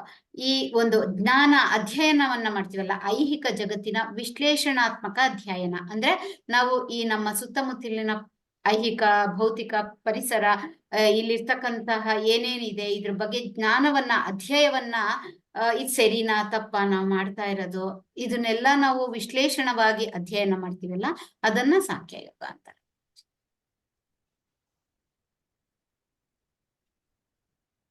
ಗೊತ್ತಾಯ್ತು ಅನ್ಸತ್ತ? ಮಾತಾಜಿ. 6ನೇದೇನ ಮಾತಾಜಿ? ಎಷ್ಟನೇದು ಬೇಕಿತ್ತು? 6 ಮಾತಾಜಿ. 6 ಓದಿ. ಸನ್ಯಾಸಸ್ತು ಮಹಾಭಾವೋ ದುಃಖಮಾಪ್ತೋ ಯೋಗತಃ ಯೋಗಯುಕ್ತ ಮುನಿಬ್ರಹ್ಮನ್ ಚಿರೇಣಾಧಿಗಚ್ಚತಿ. ಅನುವಾದ: ಎಲ್ಲ ಬಗೆಯ ಕರ್ಮಗಳನ್ನು ತ್ಯಜಿಸಿ ಭಗವಂತನ ಭಕ್ತಿಪೂರ್ವಕ ಸೇವೆಯಲ್ಲಿ ತೊಡಗದೆ ಇದ್ದರೆ ಮನುಷ್ಯನು ಸುಖಿಯಾಗಿರಲಾರ. ಆದರೆ ಭಕ್ತಿ ಸೇವೆಯಲ್ಲಿ ನಿರತನಾದ ವಿಚಾರವಂತನು ವಿಡಂಬವಿಲ್ಲದೆ ಪರಮ ಪ್ರಭುವನ್ನು ಪಡೆಯುತ್ತಾನೆ. ಧನ್ಯವಾದ ಮಾತಾಜಿ. ಧನ್ಯವಾದ. ಭಗವಂತನ ಭಕ್ತಿ ಪೂರ್ವಕ ಸೇವೆಯಲ್ಲಿ ತೊಡಗದೆ, ಅವನು ಭಕ್ತಿನೇ ಮಾಡ್ದಲೆ ಭಗವಂತನ ಏನಂತಾರೆ ಸೇವೆಯನ್ನ ಅಥವಾ ಭಕ್ತಿಯನ್ನ ಒಂದು ಚೂರು ಮಾಡದೆ ಎಲ್ಲ ಬಗೆಯ ಕೆಲಸವನ್ನ ಯಥಾವತ್ತಾಗಿ ಹೇಗ್ ಮಾಡ್ಬೇಕು ಹಾಗೆ ಮಾಡಿದ ಆ ಕರ್ಮಗಳನ್ನೆಲ್ಲ ಬಿಟ್ಟು, ನಾವು ನೋಡಿದ್ವಿ, ಯಾರ ಒಂದು ಕತೆ ನೋಡಿದ್ವಿ ಹೇಳಿ, ನಾನು ಇನ್ನ 8 ಹಂತಗಳನ್ನ ತಲುಪಿರ್ತಾರೆ, ನಾನು ನಾನಿನ್ನ ಎಲ್ಲವನ್ನು ತ್ಯಜಿಸಿ ಸನ್ಯಾಸತ್ವವನ್ನ ತಗೊಂತೀನಿ ಅಂತ ಕಾಡಿಗೆ ಹೋಗ್ತಾರೆ. ಯಾರು ಹೇಳಿ? ಭರತ ಮಹಾರಾಜ್. ಖಂಡಿತ ಭರತ ಮಹಾರಾಜ. ಆದರೆ ಅಲ್ಲಿ ಒಂದು ಜಿಂಕೆಯಿಂದ ಅವರ ಒಂದು ಮುನ್ನಡೆಗೆ, ಮುಂದಿನ ಹೆಚ್ಚಿಗೆ ತೊಂದರೆ ಆಗುತ್ತೆ. ಹಾಗೆ ಕರ್ಮಗಳನ್ನ ತ್ಯಜಿಸಿದ ಮಾತ್ರಕ್ಕೆ ಮನುಷ್ಯ ಸುಖವಾಗಿರಕ್ಕೆ ಆಗಲ್ಲ. ಅದೇ ಭಕ್ತಿ ಸೇವೆಯಲ್ಲಿದ್ದಾಗ ಅವನು ಏನೇ ಕರ್ಮವನ್ನ ಮಾಡ್ತಾ ಇರ್ಲಿ, ಭಕ್ತಿಯಿಂದ ಎಲ್ಲವನ್ನು ಮಾಡಿದಾಗ ಶೀಘ್ರವಾಗಿ ಅವನು ಪರಮಪ್ರಭುವನ್ನ ತನ್ನ ಏನಂತಾರೆ ಜನ್ಮಗಳನ್ನ ವೇಸ್ಟ್ ಮಾಡ್ದಲೆ ಅದೇ ಜನ್ಮದಲ್ಲಿ ಅಥವಾ ಮುಂದಿನ ಜನ್ಮದಲ್ಲಿ ಉನ್ನತ ಲೋಕಕ್ಕೆ ಹೋಗಿ ಪರಮಪ್ರಭುವನ್ನ ಶೀಘ್ರವಾಗಿ ಪಡೆಯುತ್ತಾನೆ ಅಂತ ಇಲ್ಲಿ ಭಗವಂತ ತಿಳಿಸ್ತಾರೆ. 7ನೇ ಶ್ಲೋಕ ಮತ್ತು ಅನುವಾದ ಓದಿ. ಗೀತಾ ಮೋಹನ್ ಮಾತಾಜಿ. ಹರೇ ಕೃಷ್ಣ. ಹರೇ ಕೃಷ್ಣ. ಶ್ಲೋಕ 7. ಯೋಗಯುಕ್ತೋ ವಿಶುದ್ಧಾತ್ಮ ವಿಜಿತಾತ್ಮ ಜಿತೇಂದ್ರಿಯ ಸಾರ್ವಭೂತಾತ್ಮ ಭೂತಾತ್ಮ ಕುವರ್ನಪಿ ನ ಲಿಪ್ಯತೆ. ಯಾರು ಭಕ್ತಿಯಿಂದ ಕರ್ಮವನ್ನು ಮಾಡುವನೋ, ಶುದ್ಧ ಆತ್ಮನೋ ಮತ್ತು ಮನಸ್ಸನ್ನು ಇಂದ್ರಿಯಗಳನ್ನು ನಿಯಂತ್ರಿಸುವನೋ ಅವನು ಎಲ್ಲರಿಗೂ ಪ್ರಿಯನಾದವನು ಮತ್ತು ಅವನಿಗೆ ಎಲ್ಲರೂ ಪ್ರಿಯರಾದವರು. ಅವನು ಕರ್ಮವನ್ನು ಮಾಡುತ್ತಿದ್ದರೂ ಅವುಗಳಲ್ಲಿ ಸಿಲುಕಿಕೊಳ್ಳುವುದಿಲ್ಲ. ಹರೇ ಕೃಷ್ಣ. ಹರೇ ಕೃಷ್ಣ. ಧನ್ಯವಾದ. ಇಲ್ಲಿ ಹೇಳ್ತಾರೆ ಭಕ್ತಿಯಿಂದ ಕರ್ಮವನ್ನ ಮಾಡುದು. ನಾವು ಮಾಡ್ತಕ್ಕಂಥ ಕರ್ಮವನ್ನೇ ಭಕ್ತಿಯಿಂದ ಮಾಡ್ತಕ್ಕಂಥದ್ದು. ಶುದ್ಧ ಆತ್ಮನೋ ಮತ್ತು ಮನಸ್ಸನ್ನು ಇಂದ್ರಿಯವನ್ನು ನಿಯಂತ್ರಿಸುವವನು ಅವನು ಎಲ್ಲರಿಗೂ ಕೂಡ ಪ್ರಿಯನಾದವನು ಮತ್ತು ಅವನಿಗೆ ಎಲ್ಲರೂ ಪ್ರಿಯರಾದವರು. ಯಾವಾಗ ಅವನು ಭಕ್ತಿಯಿಂದ ಕರ್ಮವನ್ನ ನಿರ್ವಹಿಸ್ತಾರೆ ಮತ್ತೆ ಆತ್ಮದಲ್ಲಿ ಆತ್ಮ ಸಾಕ್ಷಾತ್ಕಾರ ಪಟ್ಟು ಶುದ್ಧವಾಗಿರ್ತಾರೆ, ಮನಸ್ಸು ಇಂದ್ರಿಯಗಳನ್ನ ತಮ್ಮ ಹಿಡಿತದಲ್ಲಿ ಇಟ್ಕೊಂತಾರೆ, ಅವಾಗ ಅವ್ರು ಎಲ್ಲರಿಗೂ ಪ್ರಿಯರಾಗ್ತಾರೆ, ಅವ್ರಿಗೂ ಕೂಡ ಎಲ್ಲರೂ ಪ್ರಿಯರಾಗ್ತಾರೆ. ಇಲ್ಲಿ ಹೇಳ್ತಾರೆ ಒಂದ್ ಮಾತು, ಹೇಗೆ ಪದ್ಮದ ಪತ್ರ ಇದು ಕಮಲದ ಹೂವಿನ ಎಲೆ ಪದ್ಮಪತ್ರ ಅಂತಾರಲ್ಲ, ಆ ಎಲೆಗೆ ನೀರಿನ ಲೇಪ ಇಲ್ವೋ ಹಾಗೆ ಇಂತಹವರು ಕರ್ಮವನ್ನ ಮಾಡ್ತಿದ್ರು ಕೂಡ ಅದರಲ್ಲಿ ಬಂಧನಕ್ಕೆ ಒಳಗಾಗುವುದಿಲ್ಲ, ಸಿಲುಕಿಕೊಳ್ಳುವುದಿಲ್ಲ ಅಂತ ಭಗವಂತ ಇಲ್ಲಿ ತಿಳಿಸ್ತಾ ಇದ್ದಾರೆ. ಹಾಗಾದ್ರೆ 8 ಮತ್ತು 9ನೇ ಶ್ಲೋಕವನ್ನ ನೋಡೋಣ. ಮಾತಾಜಿ ಆದ್ಮೇಲೆ ಭಾನು ಇದ್ರ ಅನ್ಸುತ್ತೆ. ಭಾನು ಮಾತಾಜಿ ಓದಿ. ಹರೇ ಕೃಷ್ಣ. ನೈವ ಕಿಂಚಿತ್ ಕರೋಮೀತಿ ಯುಕ್ತೋ ಮನ್ಯೇತ ತತ್ವವೇತ್ ಪಶ್ಯನ್ ಶೃಣ್ವನ್ ಸ್ಪೃಶನ್ ಜಿಘ್ರನ್ ಅಶ್ನನ್ ಗಚ್ಚನ್ ಸ್ವಪನ್ ಶ್ವಸನ್ ಪ್ರಲಪನ್ ವಿಸೃಜನ್ ಗೃಹಣನ್ ಉನ್ಮಿಷನ್ ನಿಮಿಷನ್ನಪಿ ಇಂದ್ರಿಯಾಣಿ ಇಂದ್ರಿಯಾರ್ಥೇಶು ವರ್ತಂತ ಇತಿ ಧಾರಯನ್. ಅನುವಾದ: ದೈವಿ ಪ್ರಜ್ಞೆಯಲ್ಲಿರುವ ಮನುಷ್ಯನು ನೋಡುತ್ತಿರಬಹುದು, ಕೇಳುತ್ತಿರಬಹುದು, ಸ್ಪರ್ಶಿಸುತ್ತಿರಬಹುದು, ಆಘ್ರಾಣಿಸುತ್ತಿರಬಹುದು, ತಿನ್ನುತ್ತಿರಬಹುದು, ನಡೆಯುತ್ತಿರಬಹುದು, ನಿದ್ರೆ ಮಾಡುತ್ತಿರಬಹುದು, ಉಸಿರಾಡುತ್ತಿರಬಹುದು, ಆದರೆ ತಾನು ಏನನ್ನೂ ಮಾಡುತ್ತಿಲ್ಲ ಎಂದು ಅವನಿಗೆ ಒಳಗಿನ ಅರಿವು ಇರುತ್ತದೆ. ಏಕೆಂದರೆ ಮಾತನಾಡುವಾಗ, ವಿಸರ್ಜಿಸುವಾಗ, ಸ್ವೀಕರಿಸುವಾಗ, ಕಣ್ಣನ್ನು ತೆರೆಯುವಾಗ ಅಥವಾ ಮುಚ್ಚುವಾಗ ಇಂದ್ರಿಯಗಳು ತಮ್ಮ ವಿಷಯಗಳಲ್ಲಿ ಪ್ರವರ್ತಿಸುತ್ತಿವೆ. ತಾನು ಅವುಗಳಿಂದ ದೂರ ಇದ್ದೇನೆ ಎಂದು ಅವನಿಗೆ ತಿಳಿದಿರುತ್ತದೆ. ಹರೇ ಕೃಷ್ಣ. ಧನ್ಯವಾದ ಮಾತಾಜಿ. ಅಂದ್ರೆ ದೈವಿ ಪ್ರಜ್ಞೆಯಲ್ಲಿರುವ ಮನುಷ್ಯ, ಯಾರಿಗೆ ಭಗವಂತನ ಬಗ್ಗೆ ಜ್ಞಾನ ಭಕ್ತಿ ಇರುತ್ತೆ, ಅವರು ಜನರಲ್ ಆಗಿ ಕರ್ಮ ನೋಡೋದು, ಕೇಳೋದು, ಸ್ಪರ್ಶಿಸೋದು, ಆಘ್ರಾಣಿಸೋದು, ತಿನ್ನುತ್ತಿರೋದು, ನಡೆಯುತ್ತಿರೋದು, ನಿದ್ರೆ ಮಾಡ್ತಿರೋದು, ಉಸಿರಾಡಬಹುದು, ಇದೆಲ್ಲ ಮಾಡ್ತಿದ್ರು ಕೂಡ ನಾನೇನು ಮಾಡ್ತಿಲ್ಲ, ಇದೆಲ್ಲ ಫಿಸಿಕಲ್ ಆಕ್ಟಿವಿಟೀಸ್ ಅಂತ ಅವನಿಗೆ ಗೊತ್ತಿರುತ್ತೆ. ಏಕೆಂದರೆ ಅವನಿದೆಲ್ಲ ಮಾಡುವಾಗ ಇಂದ್ರಿಯಗಳನ್ನ ಉಪಯೋಗಿಸ್ತಿದ್ದಾನೆ. ಅದು ಇಂದ್ರಿಯಗಳ ಕರ್ಮ ಮಾಡ್ತಿದ್ಯಾ ಹೊರತು ನಾನಲ್ಲ, ನಾನು ಅದರಿಂದ ದೂರ ಇದ್ದೀನಿ ಅಂತ ಅವರಿಗೆ ತಿಳಿದಿರುತ್ತಂತೆ. ಅದನ್ನ ಇಲ್ಲಿ ಭಗವಂತ ಬಹಳಷ್ಟು ಚೆನ್ನಾಗಿ ವರ್ಣಿಸಿದ್ದಾರೆ. ಹಾಗಾದ್ರೆ 10ನೇ ಶ್ಲೋಕದಲ್ಲಿ ಏನ್ ಹೇಳ್ತಾರೆ ನೋಡೋಣ. ಶಿವಪ್ರಭುಜಿ ಪ್ರಭಾವತಿ ಮಾತಾಜಿ ಓದಿ. ಬ್ರಹ್ಮಣ್ಯಾದಾಯ ಕರ್ಮಣಿ ಸಂಗಂ ತ್ಯಕ್ತಾ ಕರೋತಿ ಯಃ ಲಿಪ್ಯತೇನ ಸ ಪಾಪೇನ ಪದ್ಮಪತ್ರ ವಿವಾಮಹತ. ಫಲಗಳನ್ನು ಭಗವಂತನಿಗೆ ಅರ್ಪಿಸಿ ಯಾರು ನಿರ್ಲಿಪ್ತನಾಗಿ ಕರ್ತವ್ಯಗಳನ್ನು ಮಾಡುವನೋ ಆತನಿಗೆ ತಾವರೆ ಎಲೆಗೆ ಹೇಗೆ ನೀರಿನ ಲೇಪವಿಲ್ಲ ಹಾಗೆ ಪಾಪದ ಲೇಪವಿಲ್ಲ. ಹರೇ ಶ್ರೀನಿವಾಸ. ಹರೇ ಶ್ರೀನಿವಾಸ. ನಮಸ್ತೆ ಮಾತಾಜಿ. ಇಲ್ಲಿ ಎಷ್ಟು ಚೆನ್ನಾಗಿ ಹೇಳ್ತಾರೆ ಅಂತಂದ್ರೆ, ಫಲಗಳನ್ನ ಕೃಷ್ಣಾರ್ಪಣಮಸ್ತು ಅಂತ ಅರ್ಪಿಸ್ಬಿಡ್ತಾರೆ. ನಿರ್ಲಿಪ್ತನಾಗಿ ನ್ಯೂಟ್ರಲ್ ಆಗಿ ಕರ್ತವ್ಯಗಳನ್ನ ಮಾಡುತ್ತಾನೋ ಅಂತಹವನಿಗೆ ತಾವರೆ ಎಲೆಯ ಮೇಲೆ ನೀರಿದ್ರು ಕೂಡ ಅದು ಅಂಟ್ಕೊಳ್ಳಲ್ವಂತೆ. ಹಾಗೆ ಅವ್ರು ಯಾವ ಕರ್ಮ ಮಾಡಿದ್ರು ಕೂಡ ಪಾಪದ ಲೇಪವಿಲ್ಲ, ಪಾಪ ಅವರಿಗೆ ಅಂಟಿಕೊಳ್ಳಲ್ಲಂತೆ. ಮಾತಾಜಿ ಹೇಳಿ. ಇಲ್ಲಿ ಫಲಗಳನ್ನು ಭಗವಂತನಿಗೆ ಅರ್ಪಿಸಿ ಯಾರು ನಿರುತ್ತರ ಕರ್ತವ್ಯವನ್ನು ಮಾಡುವನು ಆತನಿಗೆ ಯಾವ್ದೇ ಪಾಪ ಇಲ್ಲ ಅಂತಾರಲ್ಲ ಮಾತಾಜಿ. ನಾವ್ ಏನೋ ಒಂದ್ ಕೆಲ್ಸ, ಕೆಟ್ಟದ ಕೆಲ್ಸ ಏನೋ ಮಾಡಾಕ್ದ್ವಿ ಅಥವಾ ಒಳ್ಳೆ ಕೆಲ್ಸ ಏನೋ ಮಾಡಾಕ್ದ್ವಿ, ನಾವೊಂದ್ ಏನೋ ಅಪೇಕ್ಷೆ ಪಡ್ಬಾರ್ದು ಅಂತ ಅರ್ಥನಾ? ಏನೂ ಅಪೇಕ್ಷೆ ಪಡಬಾರ್ದು ಅಂದ್ರೆ ನಾವು ಏನು ಕೆಲಸ ಮಾಡ್ತಿದೀವೋ ಭಗವಂತನೇ ಇದಕ್ಕೆ ಕಾರಣ, ನಾನು ಅಂತಕ್ಕಂಥದ್ದು ಬರ್ಬಾರ್ದು ಅಷ್ಟೇ. ಭಗವಂತನಿಗೆ ಓ. ಅರ್ಪಿಸಿ ಅಂತಂದ್ರೆ ಇದು ನಾನ್ ಮನೆ ಕಟ್ಟಿಸ್ದೆ, ನಾನ್ ಪಾಸ್ ಆದೆ, ನಾನ್ ಹೀಗ್ ಮಾಡ್ದೆ, ನಾನ್ ಅವ್ರಿಗೆ ಸಹಾಯ ಮಾಡ್ದೆ, ನಾನ್ ಅವ್ರಿಗೆ 10,000 ಕೊಟ್ರೆ ಭಗವಂತ ನಮ್ಗೆ ಅವಕಾಶ ಕೊಟ್ಟ ಮಾಡ್ದೆ ಅಂತಕ್ಕಂತ ಕೃತಜ್ಞತಾ ಮನೋಭಾವನೆ ಇರ್ಬೇಕಂತ. ನನ್ನಿಂದ ಭಗವಂತ ಮಾಡ್ಸಿದ್ದಾರೆ, ಸೊ ಕರ್ತ ಯಾರೋ ಭಗವಂತ. ಅವಾಗ ಪಾಪ ನಮ್ಗೆ ಹೆಂಗ್ ಸುತ್ಕೊಳುತ್ತೆ? ಭಗವದ್ ಇಚ್ಛೆ ಅಲ್ವಾ. ಅದ್ರಿಂದ ನೀವ್ ಹೇಳ್ದಂಗ ಈಗ ಅದು ಒಳ್ಳೇದೋ ಕೆಟ್ಟದೋ ನಮಗ್ ಗೊತ್ತಿರಲ್ಲ, ಗೊತ್ತಿಲ್ಲದ ತಪ್ಪಾಗುತ್ತೆ. ಅವಾಗ ಭಗವಂತ ನನ್ ಕೈಲಿ ಮಾಡ್ಸಿದ್ದಾನೆ ಅಂದಾಗ ಅದರ ಪಾಪದ ಲೇಪ ನಿಮಗ್ ಬರೋದಿಲ್ಲ. ಸರಿ ಮಾತಾಜಿ.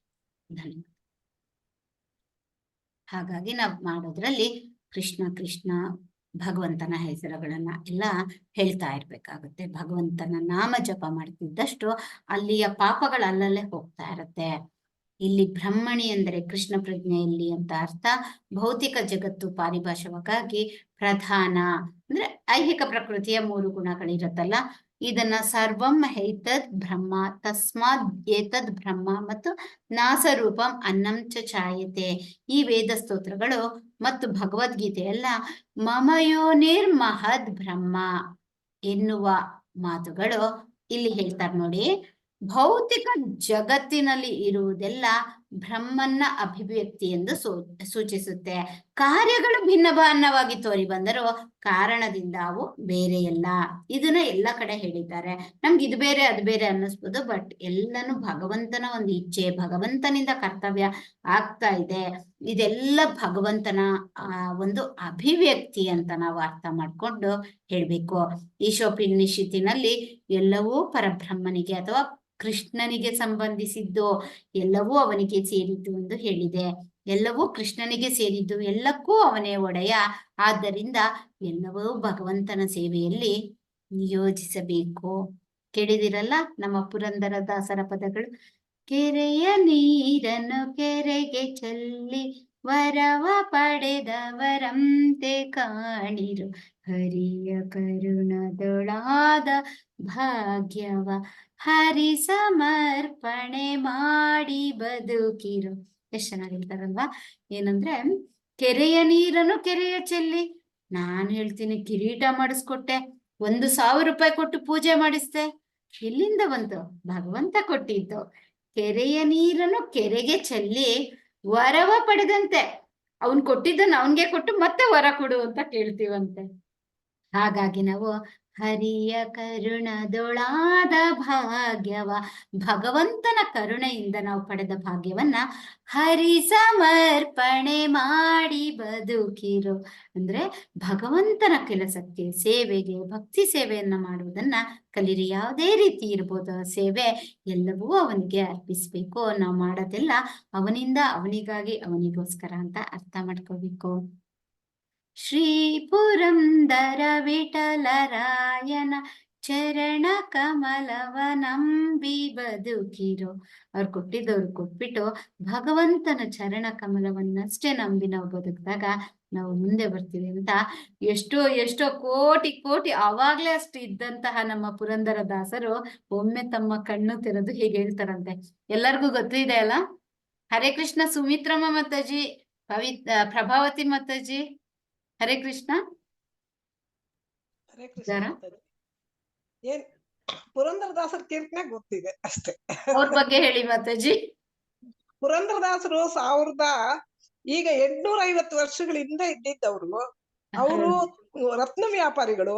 ಅವರು ಮೋಸದಿಂದ ತುಂಬಾ ಆಸ್ತಿ ಸಂಪಾದಿಸಿದ್ರು. ನಾವು ಕೋಟಿಗಳು ಅವ್ರ ಹತ್ರ ಇತ್ತು. ಅದು ಅವ್ರ ಹೆಂಡತಿ ತುಂಬಾ ದೈವ ಭಕ್ತರು, ಸರಸ್ವತಿ.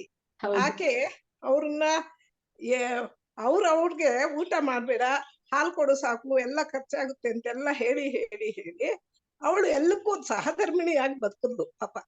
ಲಾಸ್ಟ್ ಅಲ್ಲಿ ಅವ್ರಿಗೆ ಒಬ್ಬ ಬ್ರಾಹ್ಮಣ ಬರ್ತಾನೆ. ಬ್ರಾಹ್ಮಣ ಬಂದು ಇದು ಕೇಳ್ತಾರೆ, ನನ್ ಮಗನ್ಗೆ ಉಪನಯನ ಮಾಡ್ಬೇಕು, ದಯವಿಟ್ಟು ಏನಾದ್ರೂ ಸಹಾಯ ಮಾಡಿ ಅಂತ ಕೇಳ್ತಾರೆ. ಆಗ ಇವ್ರು ಏನು ಕೊಡಲ್ಲ. ಒಂದೊಂದ್ ದಿವ್ಸಕ್ಕೆ ಒಂದೊಂದು ಇದು ಹೇಳಿ ಕಳಿಸ್ತಾ ಇರ್ತಾರೆ. ಆಮೇಲೆ ಅವ್ರ ಮನೆಗ್ ಹೋಗ್ತಾರ ಅವರು, ಆ ಬ್ರಾಹ್ಮಣರು. ಅವ್ರ ಹೆಂಡತಿ ಹತ್ರ ಕೇಳ್ತಾರೆ. ಅವ್ರ ಹೆಂಡತಿ ಏನು ಇರಲ್ಲ, ಕೊಟ್ರೆ ಪುರಂದರದಾಸರು ಬಿಡಲ್ಲ ಅವಳನ್ನ. ಹಾಗಾಗಿ ಅವಳು ಮುಗ್ತಿಂದು ವಜ್ರದ ಮೂಗುತಿ ಕೊಟ್ಬಿಡ್ತಾಳೆ ಅವ್ರಿಗೆ. ಅವನು ಅದೇ ಮೂಗ್ತಿನ ತಗೊಂಡು ಅವ್ರ ಅಂಗಡಿಗೆ ಹೋಗ್ತಾರೆ, ಪುರಂದರದಾಸರ ಅಂಗಡಿಗೆ ಹೋಗ್ತಾರೆ. ಆಗ ಅವನು ಇದ್ ನನ್ನ ಹೆಂಡತಿ ಮುಕ್ತಿ ಅಲ್ಲ ಅಂದ್ಬಿಟ್ಟು ಅದ್ರೊಳಗಡೆ ಇಟ್ಬಿಟ್ಟು ಅಂಗಡಿ ಇಲ್ಲ ಇದ್ರೊಳಗಡೆ ಇಟ್ಬಿಟ್ಟು ಬೀಗ ಹಾಕ್ಬಿಟ್ಟು ಮನೆಗ್ ಬರ್ತಾನೆ. ಮನೆಗ್ ಬಂದು ಕೇಳ್ತಾನೆ, ಇಲ್ಲೇ ಇರಪ್ಪ ಕೊಡ್ತೀನಿ ಅಂತೇಳಿ. ಕೇಳ್ದಾಗ ಅವಳಿಗೆ ಭಯ ಆಗುತ್ತೆ, ನನ್ ಗಂಡ ಇನ್ ಬಿಡಲ್ಲ ಅಂದ್ಬಿಟ್ಟು ಅವಳು ವಿಷ ಕುಡಿಯಕ್ ಹೋಗ್ತಾಳೆ. ಆಗ ಪರಮಾತ್ಮ ಆ ಮೂಗುತಿನ ಆ ವಿಷದ ಇದ್ರಲ್ಲಿ ಹಾಕ್ತಾಳೆ, ತಂದು ಕೊಡ್ತಾಳೆ. ತಂದು ಕೊಟ್ಟಾಗ ಅವನ್ಗೆ ಆಶ್ಚರ್ಯ ಆಗುತ್ತೆ, ಅಯ್ಯೋ ಇದೇನು ನಾನು ಅಲ್ಲಿಟ್ಟು ಬೀಗ ಹಾಕಿ ಬಂದಿದ್ದೆ ಅಂತಂದ್ಬಿಟ್ಟು ಮತ್ತೆ ಅಂಗಡಿಗೆ ಹೋಗ್ತಾನೆ. ಆಗ ಹೋಗಿ ನೋಡಿದಾಗ ಅಲ್ಲಿರಲ್ಲ ಆ ಮೂರ್ತಿ, ಆಯ್ತಾ. ಆಗ ಅವ್ರಿಗೆ ಜ್ಞಾನೋದಯ ಆಗುತ್ತೆ. ಆ ನವಕೋಟಿಗಳನ್ನು ಹಂಚಿಬಿಡ್ತಾರೆ ಎಲ್ರು ಅಷ್ಟೇ. ಪುರಂದರದಾಸರು. ಹಲೋ, ತುಂಬಾ Hello? ಚೆನ್ನಾಗಿ ಹೇಳಿದ್ರಿ. ಕೇಳಿಸ್ತಾ ಅದಕ್ಕೆ ಇದೆಯಾ ಮಾತಾಡಿ? ಕೇಳಿಸ್ತು, ತುಂಬಾ ಚೆನ್ನಾಗಿ ಕೇಳಿಸ್ತು. ನಾನ್ ಅದಕ್ಕೆ ನಾನು ನಿಮ್ಮನ್ನ ಪುರಂದರದಾಸರ ಕೇಳೋದೆ. ಕೀರ್ತನೆಗಳನ್ನ ತುಂಬಾ ಇಷ್ಟಪಟ್ಟು ನಂಗೂ ಕಲ್ತಿದ್ದೀನಿ. ತುಂಬಾ ಇಷ್ಟ ಮಾತಾಜಿ, ಅದ್ರ ಹ್ಮ್. ಸಾಹಿತ್ಯಗಳು ತುಂಬಾ ಇಷ್ಟ. ಹೌದೌದು ಹೌದು. ಹೇಳಿರೋ ಒಂದೊಂದ್ ತಿಳ್ಕೊಂಡ್ರೆ ನಾವು ಜೀವನ ತುಂಬಾ ಹಗುರವಾಗಿ ಕಂಡ್ಕೋಬೇಕು. ಹೌದು, ಅಷ್ಟೇ. ಒಂದೇ ಒಂದು ಇದ್ರಲ್ಲೂ ಎಲ್ಲಾ ತುಂಬಿರತ್ತೆ. ಹಾಗೆ ಕ್ಲಿಷ್ಟ ಮಾಡ್ಕೋಬಾರ್ದು. ಅವ್ರನ್ನ ನವಕೋಟಿ ನಾರಾಯಣ ಅಂತಿದ್ರಂತೆ ಅಲ್ವಾ ಮಾತಾಜಿ? ನವಕೋಟಿ ಅವ್ರ ಹತ್ರ ಅವ್ರ ಆ ಹತ್ರ ಕಾಲಕ್ಕೆ ನವಕೋಟಿ ಇತ್ತಂತೆ, ಅಂತದನ್ನ ಅಷ್ಟನ್ನು ದಾನ ಮಾಡ್ತಾರಂತೆ. ಏನು ಅವ್ರ ಇಲ್ದೆ ಮೊಮ್ಮಗ ಭಗವಂತನಿಗೆ. ಈಗ ಮೊನ್ನೆ ಒಂದ್ ಇದ್ರಲ್ಲಿ ಲೆಕ್ಕ ಹಾಕಿ ಈಗಿನ ವ್ಯಾಲ್ಯೂಗೆ ಅವ್ರದ್ದು ತಲೆಮಾರಿಂದ ಬಂದಿರ್ತಾರಲ್ವಾ ಪುರಂದರದಾಸರ ಮಕ್ಕಳು ಮೊಮ್ಮಕ್ಕಳು ಹೌದು ಹೌದು ಹೌದು.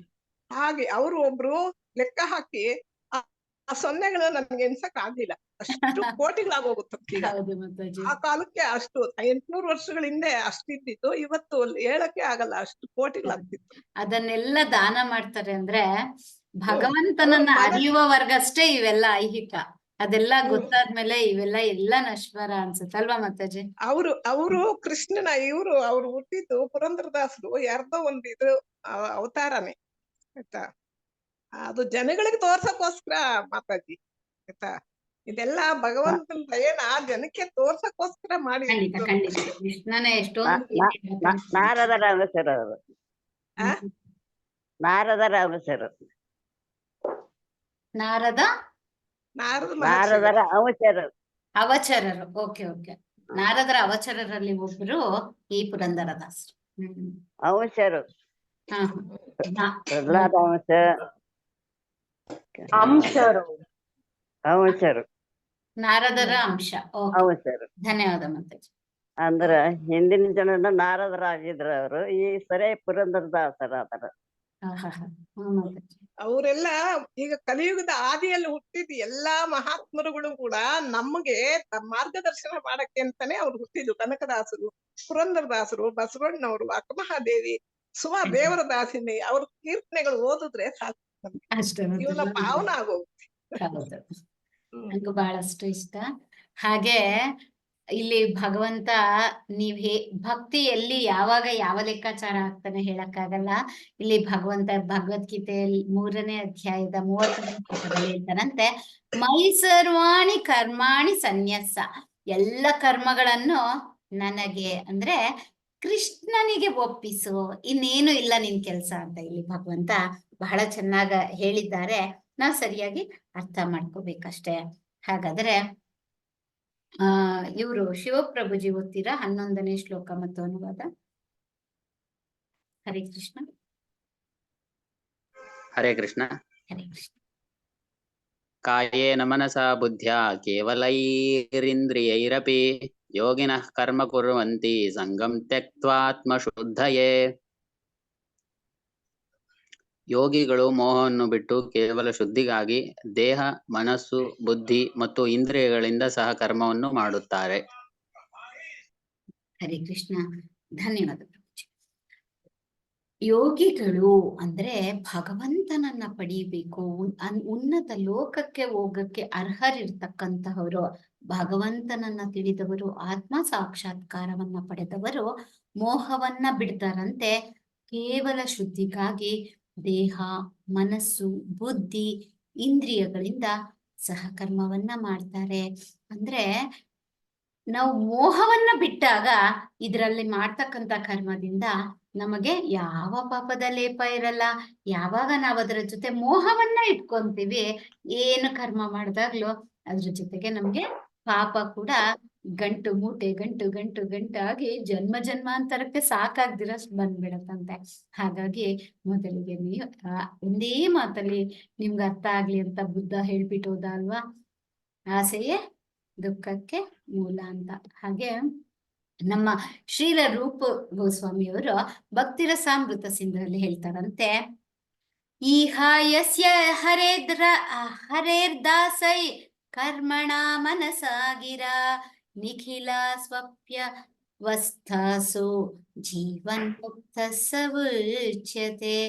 ಕೃಷ್ಣ ಪ್ರಜ್ಞೆಯಲ್ಲಿ ಅಥವಾ ಬೇರೆ ಮಾತುಗಳಲ್ಲಿ ಹೇಳುವುದರೆ ಕೃಷ್ಣ ಸೇವೆಯಲ್ಲಿ ತನ್ನ ದೇಹ, ಮನಸ್ಸು, ಬುದ್ಧಿ, ಮಾತುಗಳಿಂದ ಕೆಲಸ ಮಾಡುವವನು ಲೌಕಿಕ ಚಟುವಟಿಕೆಗಳು ಎನ್ನಿಸಿಕೊಳ್ಳುವ ಏನ್ ನಾವು ಇಲ್ಲಿ ವರ್ಕ್ ಮಾಡ್ತಾ ಇರ್ತೀವಿ ಆ ಕಾರ್ಯದಲ್ಲಿ ಇದ್ರೂ ಕೂಡ ಐಹಿಕ ಜಗತ್ತಿನಲ್ಲೇ ಇರುವಂತೆಯೇ ಮುಕ್ತನಾದವನು. ಇಲ್ಲಿದ್ರೂ ಕೂಡ ನಾವು ಆಧ್ಯಾತ್ಮಿಕ ಲೋಕದಲ್ಲಿ ಹೇಗೆ ಇರ್ತೀವೋ ಇಲ್ಲಿದ್ರೂ ಮುಕ್ತಿಯನ್ನ ಪಡೆಯುವಂತವರು ಆಗ್ತೀವಿ. ಅವನಿಗೆ ಅಹಂಕಾರ ಇರಲ್ಲ, ತಾನು ಐಹಿಕ ಶರೀರ ನಂದು ಅಂತಾಗ್ಲಿ ಅವನಿಗೆ ಅನ್ಸಲ್ಲ. ಯಾಕೆ? ಅವನು ಕೃಷ್ಣ ಪ್ರಜ್ಞೆ ಅಥವಾ ಕೃಷ್ಣ ಸೇವೆಯಲ್ಲಿರ್ತಾರೆ. ಈ ರೀತಿ ಇಂದ್ರಿಯ, ಮನಸ್ಸು, ದೇಹ, ಬುದ್ಧಿ ಎಲ್ಲವನ್ನ ಭಗವಂತನಿಗೆ ಅರ್ಪಿಸಿ ಕೆಲಸ ಮಾಡ್ತಿರ್ತಕ್ಕಂಥ ರಾಜ ಯಾರು ಅಂತ ಹೇಳ್ಬೋದಾ? ಹರೇ ಕೃಷ್ಣ. ನಾನು ನಿಮ್ಗೆ ಅವ್ರ ಕಥೆನೂ ಹೇಳಿದ್ದೀನಿ. ಅಂತಹ ಭಕ್ತನಿಗೋಸ್ಕರ ಕೃಷ್ಣ ಅಂಬರೀಷ್ ಮಹಾರಾಜ್ ಹೌದೌದು. ಇನ್ನ ನಾನು ಹೇಳೋಷ್ಟೊತ್ತು ಕೇಳಿದ್ರಿ. ಯಾರು ಹೇಳಿದ್ದು ಮಾತಾಜಿ? ಹರೇ ಕೃಷ್ಣ. ಸುಷ್ಮಾ ಮಾತಾಜಿ, ಧನ್ಯವಾದಗಳು. ಸೊ ಇಲ್ಲಿ ಅಂಬರೀಷ ಮಹಾರಾಜರು ತಮ್ಮ ಕಣ್ಣು, ಕಿವಿ, ಮೂಗು, ನಾಲಿಗೆ, ಚರ್ಮ ಪ್ರತಿಯೊಂದನ್ನ ಏನ್ ಮಾಡಿರ್ತಾರೆ? ಭಗವಂತನಿಗೆ ಅರ್ಪಿಸಿರ್ತಾರೆ. ಹಾಗಾಗಿ ಅವರಿಗೆ ಯಾವುದರಲ್ಲೂ ಏನು ಎಂತು ನಾನು ಭಗವಂತನ ಇಂದ್ರಿಯಗಳನ್ನ ಅದನ್ನ ಮನಸ್ಸನ್ನ ನಿಯಂತ್ರಿಸ್ಬೇಕು, ಇಂದ್ರಿಯನ ನಿಯಂತ್ರಿಸ್ಬೇಕು ಅನ್ಸೋದೇ ಇಲ್ಲ. ಯಾಕೆಂದ್ರೆ ಅವ್ರಿಗೆ ಇಚ್ಛೆ, ಆಸೆ ಮಾಡ್ತಕ್ಕಂಥ ಕೆಲಸ ಪ್ರತಿಯೊಂದರಲ್ಲೂ ಭಗವಂತನೇ ಇರ್ತಾರೆ. ಹಾಗಾದ್ರೆ ನಮ್ಮ ಶೈಲ ಮತ್ತು ಜ್ಯೋತಿರ 12ನೇ ಶ್ಲೋಕವನ್ನ ನೋಡೋಣ. ಹರೇ ಕೃಷ್ಣ.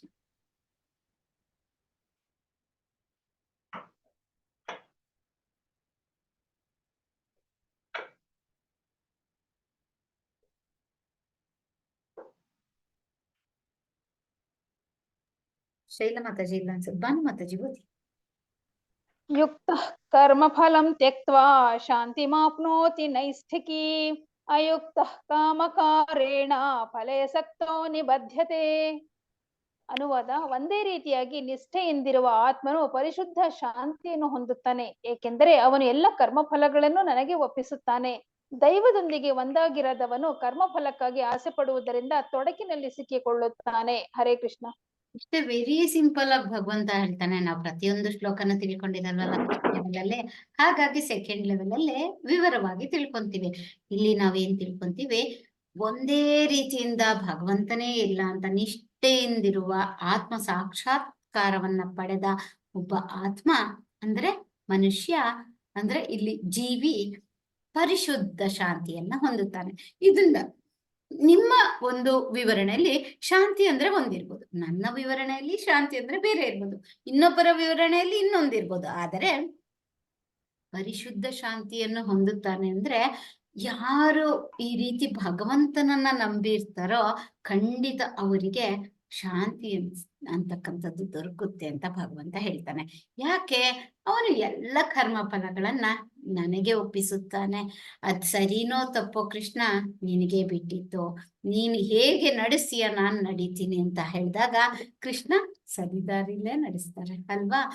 ದೈವಯುಕ್ತನಲ್ಲದವನು ದೇವ್ರೆ ನಾನ್ ಮಾಡಿದ್ರೆ ತಾನೇ, ಒಳ್ಳೆ ಕೆಲಸ ಮಾಡಿದ್ರೆ ದೇವ್ರ ತಂತಾನೆ ಬರ್ತಾನೆ ಅಂತ ಅನ್ಕೋಬಹುದು. ಅಥವಾ ದೈವಯುಕ್ತ, ದೈವ ಭಕ್ತಿನೇ ಇಲ್ದಲೆ ಕರ್ಮ ಫಲಕ್ಕಾಗಿ ನಾನು ಇದನ್ನ ಮಾಡಿದ್ರೆ ಅದು ಬರುತ್ತೆ, ಓ ನಾನು ಇಷ್ಟೊಂದು ದುಡ್ಡನ್ನ ಗಳಿಸಿದ್ರೆ ಅನ್ಯಾಯವಾಗಾದ್ರೂ ಆಗ್ಲಿ ಮೋಸವಾಗಾದ್ರು ದುಡ್ಡೇ ದೊಡ್ಡಪ್ಪ ಅಂತಾರಲ್ಲ, ಏನ್ ಬೇಕಿರೋ ನಾನ್ ಪಡ್ಕೋಬಹುದು, ಖುಷಿಯಾಗಿರ್ಬೋದು ಅಂತ ಯಾರು ದೈವಯುಕ್ತನಲ್ಲದೆ ಕರ್ಮ ಫಲಕ್ಕೋಸ್ಕರ ಆಸೆ ಪಟ್ಟು ಮೋಹದಿಂದ ಈ ಒಂದು ಕರ್ಮದ ಚಕ್ರಕ್ಕೆ ಸಿಲುಕಿದಾಗ ಅವನು ತೊಡಕಿನಲ್ಲಿ ಸಿಕ್ಕಿಕೊಳ್ಳುತ್ತಾನೆ. ಜನನ ಮರಣಗಳ ಒಂದು ತೊಡಕಿನಲ್ಲೂ ಕೂಡ ಅವರು ಸಿಕ್ಕಿ ಹಾಕೊಳ್ತಾರೆ ಅಂತ ಇಲ್ಲಿ ಹೇಳ್ತಾರೆ. ಹಾಗಾದರೆ 13ನೇ ಶ್ಲೋಕ ಮತ್ತು ಅನುವಾದ ಏನ್ ಹೇಳುತ್ತೆ ನೋಡೋಣ. ಓದಿ ಯಾರಾದ್ರೂ. ಹರೇ ಕೃಷ್ಣ. ಓದ್ಲಾ ಮಾತಾಜಿ? ಓದಿ ಮಾತಾಜಿ. ಸರ್ವಕರ್ಮಾಣಿ ಮನಸ ಸಂನ್ಯಸ್ಯಾಸ್ತೆ ಸುಖಂ ವಸಿ ನವದ್ವಾರೆ ಪುರೇ ದೇಹಿ ನೈವ ಕುರ್ವನ್ನ ಕಾರಯನ್. ಅದು ಅನುವಾದ ಕಾಣ್ತಾ ಹಾ, ಇದೆ. ಕೊಟ್ಟೆ. ದೇಹಸ್ಥ ಜೀವಿಯು ಸ್ವಭಾವವನ್ನು ನಿಯಂತ್ರಿಸಿ ಮಾನಸಿಕವಾಗಿ ಎಲ್ಲ ಕರ್ಮಗಳನ್ನು ತ್ಯಜಿಸಿದಾಗ ಅವನು ನವದ್ವಾರಗಳ ನಗರದಲ್ಲಿ ಐಹಿಕ ಶರೀರದಲ್ಲಿ ಸುಖವಾಗಿ ವಾಸಿಸುತ್ತಾನೆ. ಅವನು ಕಾರ್ಯ ಮಾಡುವುದೂ ಇಲ್ಲ, ಕಾರ್ಯ ಮಾಡಿಸುವುದೂ ಇಲ್ಲ. ಹರೇ ಕೃಷ್ಣ ಮಾತಾಡಿ. ಹರೇ ಕೃಷ್ಣ. ಧನ್ಯವಾದ. ಭಗವಂತ ಇಲ್ಲಿ ಬಹಳಷ್ಟು ಚೆನ್ನಾಗಿ ಹೇಳ್ತಾರೆ. ದೇಹಸ್ಥ ಜೀವಿ, ಭಗವಂತ ದೇಹವನ್ನ ಕೊಟ್ಟು ಜೀವಿಯನ್ ಒಂದು ಸ್ವಭಾವವನ್ನು ಕೊಟ್ಟು ಭಗವಂತ ಖುಷಿಯಾಗಿರುವಂತ ಕಳಿಸ್ತಾರಂತೆ, ಸುಖವಾಗಿ ವಾಸಿಸ್ತಾನಂತೆ. ಆದ್ರೆ ಅವನೇನ್ ಮಾಡ್ತಾನೆ, ಇಲ್ಲಿ ಬಂದು ಅವ್ರನ್ನ ನೋಡಿ, ಛೇ ಅವರು 50 ಇಂಚಸ್ ಟಿವಿ ತಂದ್ರು, ನಮ್ಮನೆ ಬರೀ ಹಳೇದೇ ಇದೆಯಲ್ಲ. ಅವರು 2 ಮಹಡಿ ಮನೆ ಕಟ್ಟಿದ್ರು, ನಾನಿನ್ನ ಬಾಡಿಗೆ ಮನೆಯಲ್ಲಿ ಇದ್ದೀನಿ. ಈ ರೀತಿ ಯೋಚನೆ ಮಾಡಿದಾಗ ಏನಾಗುತ್ತೆ, ಅವನು ಮಾನಸಿಕವಾಗಿ ಖುಷಿಯಾಗಿರಕ್ಕೆ ಸಾಧ್ಯ ಇಲ್ಲ. ಆದರೆ ದೇಹಸ್ಥ ಜೀವಿಯು ಸ್ವಭಾವವನ್ನ ನಿಯಂತ್ರಿಸಿ ಮಾನಸಿಕವಾಗಿ ಎಲ್ಲ ಕರ್ಮವನ್ನು ತ್ಯಜಿಸಿದ. ಮಾನಸಿಕವಾಗಿ ಅಂದ್ರೆ ಮನಸ್ಸನ್ನ ತನ್ನ ಹತೋಟಿಯಲ್ಲಿ ಇಟ್ಟುಕೊಂಡಾಗ ಅವನು ನವದ್ವಾರಗಳ ನಗರದಲ್ಲಿ, ಅಂದ್ರೆ ಈ ಐಹಿಕ ಶರೀರ ದೇಹ ಏನಿದೆ ಅದರಲ್ಲಿ ಸುಖವಾಗಿ ವಾಸಿಸಬಲ್ಲ. ಅವನು ಕಾರ್ಯ ಮಾಡೋದು ಇಲ್ಲ, ಕಾರ್ಯ ಮಾಡಿಸೋದು ಇಲ್ಲ. ಅವನಿಗೆ ಗೊತ್ತಿರುತ್ತೆ ಎಂತಹ ಕೆಲಸವನ್ನ ಮಾಡಬೇಕು, ಎಂತಹದ್ದನ್ನ ಮಾಡಬಾರ್ದು. ಕರ್ಮ ಅಕರ್ಮ ವಿಕರ್ಮವನ್ನ ಬಹಳಷ್ಟು ಚೆನ್ನಾಗಿ ತಿಳಿದುಕೊಂಡಿರ್ತಾರೆ ಅಂತ ಇಲ್ಲಿ ಹೇಳ್ತಾರೆ. ಹಾಗಾದ್ರೆ 9 ದ್ವಾರಗಳನ್ನ ಹೀಗೆ ವಿವರಿಸಲಾಗಿದೆ. ಏನಂತ ಇದೆ ನೋಡೋಣ.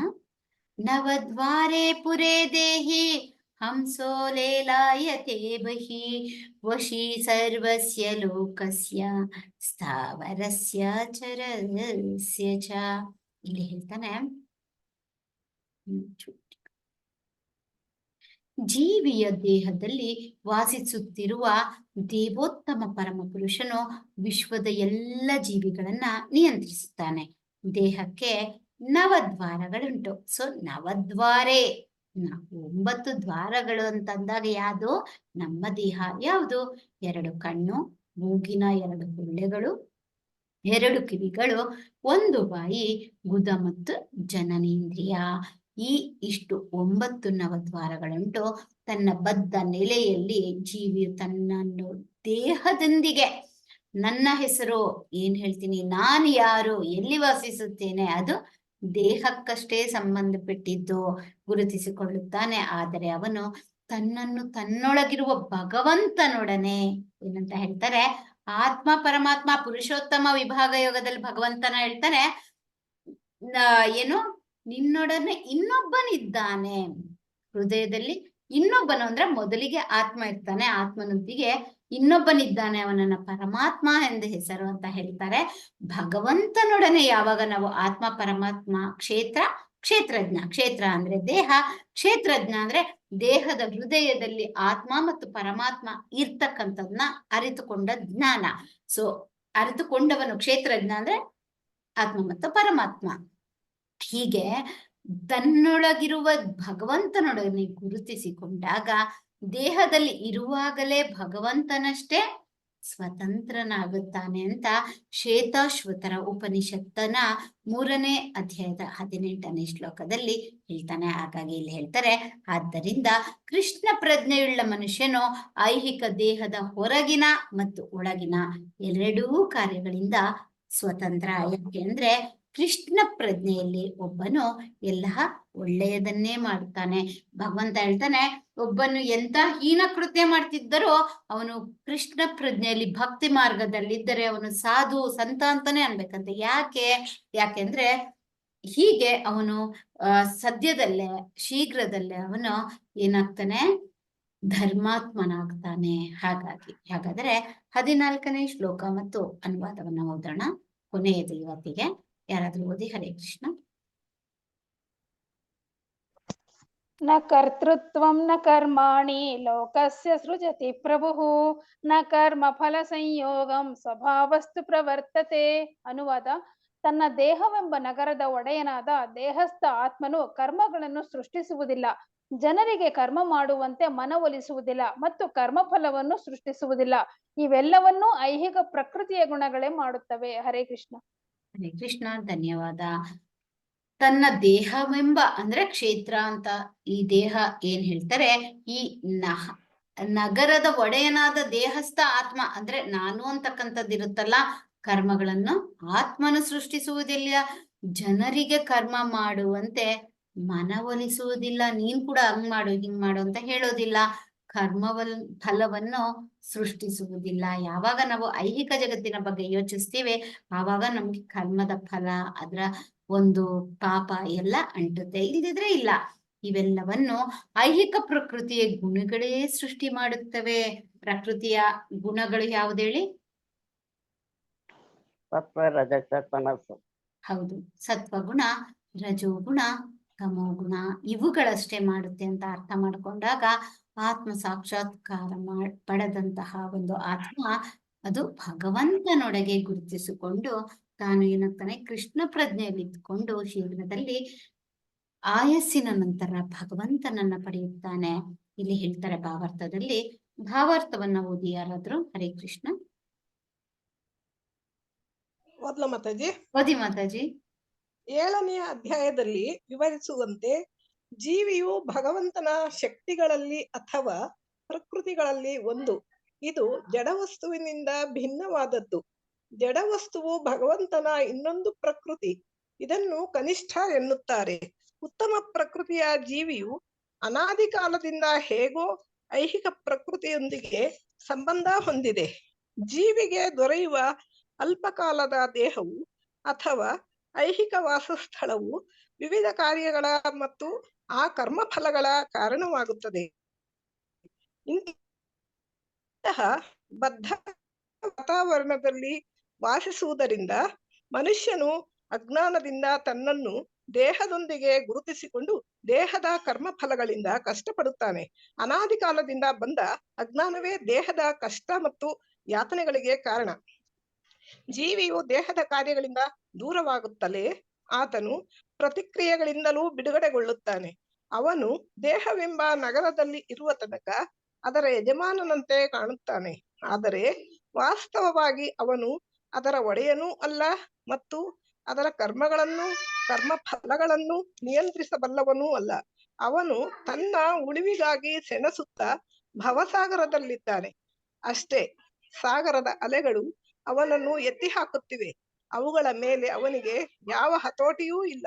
ಅಲೌಕಿಕವಾದ ಕೃಷ್ಣ ಪ್ರಜ್ಞೆಯಿಂದಾಗಿ ಸಾಗರದಿಂದ ಹೊರಬರುವುದೇ ಅವನ ಮಟ್ಟಿಗೆ ಅತ್ಯುತ್ತಮ ಪರಿಹಾರ. ಇದೊಂದೇ ಅವನನ್ನು ಎಲ್ಲ ಕ್ಷೋಭೆಯಿಂದ ರಕ್ಷಿಸಬಲ್ಲದು. ಹರೇ ಕೃಷ್ಣ ಮಾತಾಡಿ. ಧನ್ಯವಾದ. ಧನ್ಯವಾದ.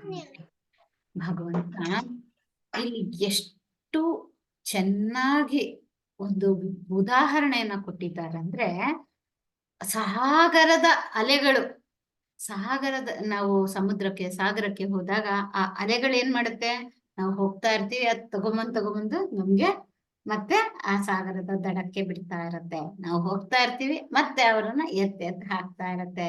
ಹಾಗೆ ನಾವು ಕೂಡ ಕರ್ಮವನ್ನ ಮಾಡ್ತಾ ಇರ್ತೀವಿ, ಮತ್ತೆ ಇಲ್ಲಿ ಹುಟ್ಟಿ ಬರ್ತಾ ಇರ್ತೀವಿ.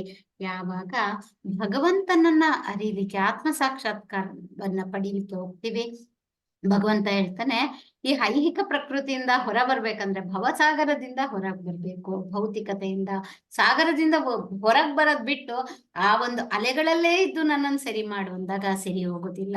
ಇಲ್ಲಿ ಹೇಳ್ತಾರೆ, ಜೀವಿಯು ಭಗವಂತನ ಶಕ್ತಿಗಳಲ್ಲಿ ಅಥವಾ ಪ್ರಕೃತಿಲಿ ಒಂದು.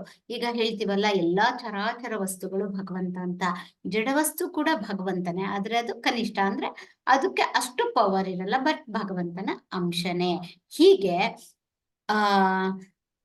ಮನುಷ್ಯ ಅಜ್ಞಾನದಿಂದ ತನ್ನನ್ನ ದೇಹದೊಂದಿಗೆ ಗುರುತಿಸಿಕೊಂಡಾಗ ಅವನ ದೇಹದ ಕರ್ಮಫಲಗಳಿಗೆ ಕಷ್ಟಪಡ್ತಾನೆ. ಅನಾದಿ ಕಾಲದಿಂದ ಬಂದ ಅಜ್ಞಾನವೇ ದೇಹದ ಕಷ್ಟ ಮತ್ತು ಯಾತನೆಗೆ ಕಾರಣ. ಹಿಂದಿನಿಂದ ಅವ್ರಿಗೆ ಅರ್ಥ ಆಗಿರಲ್ಲ.